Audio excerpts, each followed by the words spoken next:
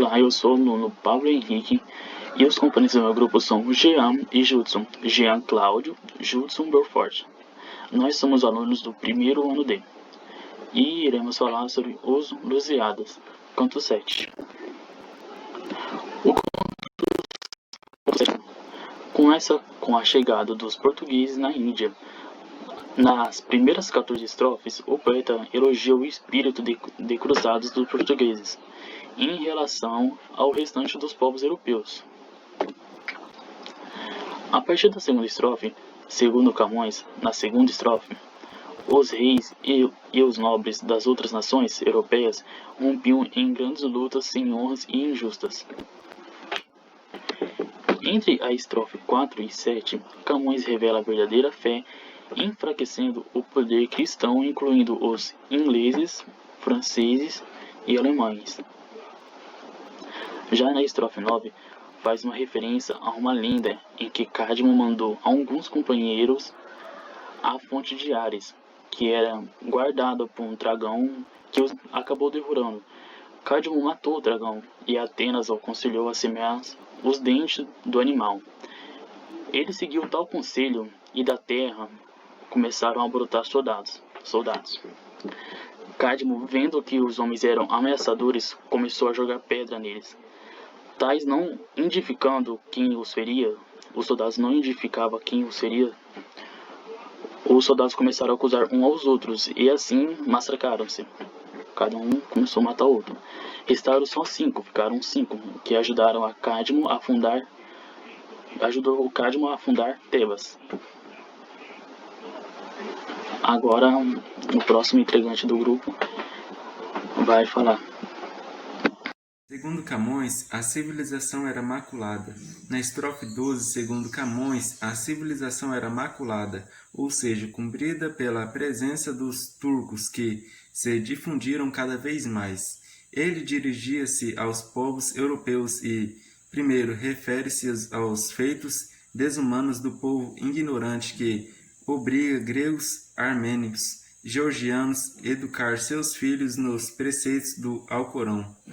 Os portugueses, chegando à Índia, entram na barra de Calicut e eles recordam das fúrias dos ventos refugiantes enfrentados pelos navegadores.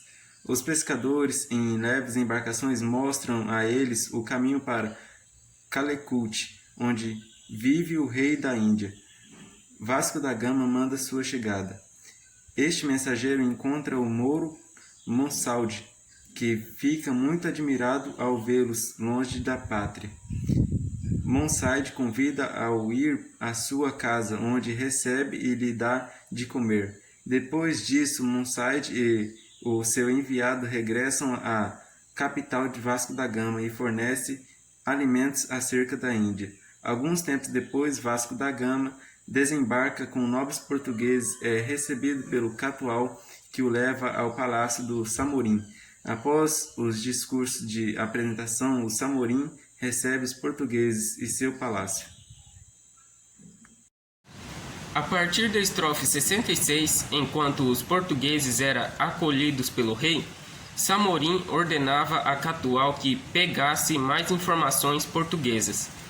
Catual conversava com Paulo da Gama, irmão de Vasco, e pergunta o que significa cada símbolo desenhado na bandeira, e desde então o irmão do comandante assume o controle da narrativa e contra os feitos dos heróis da pátria. Cada símbolo na bandeira representava episódios históricos portugueses ao longo do tempo.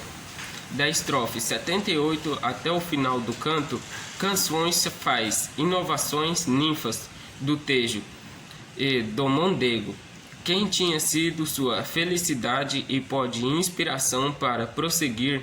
Então ele conta um pouco de sua biografia e lamenta sobre o lado que a pátria andou o tratando, sendo que ele só pretende cantar e glorificar a glória portuguesa. Na estrofe 79, Camões faz referência à tragédia de Helo. Nessa lenda mitológica, Cana é forçada pelo seu pai a cometer suicídio por manter uma relação incestuosa com seu irmão acarinhou. Em sua lamentação, o poeta faz referência ao naufrágio pelo Mar da China em 1548, relacionando com a história do rei judaico ao saber da sua morte pelo profeta Isaías. Roga a Deus por mais 15 anos de vida.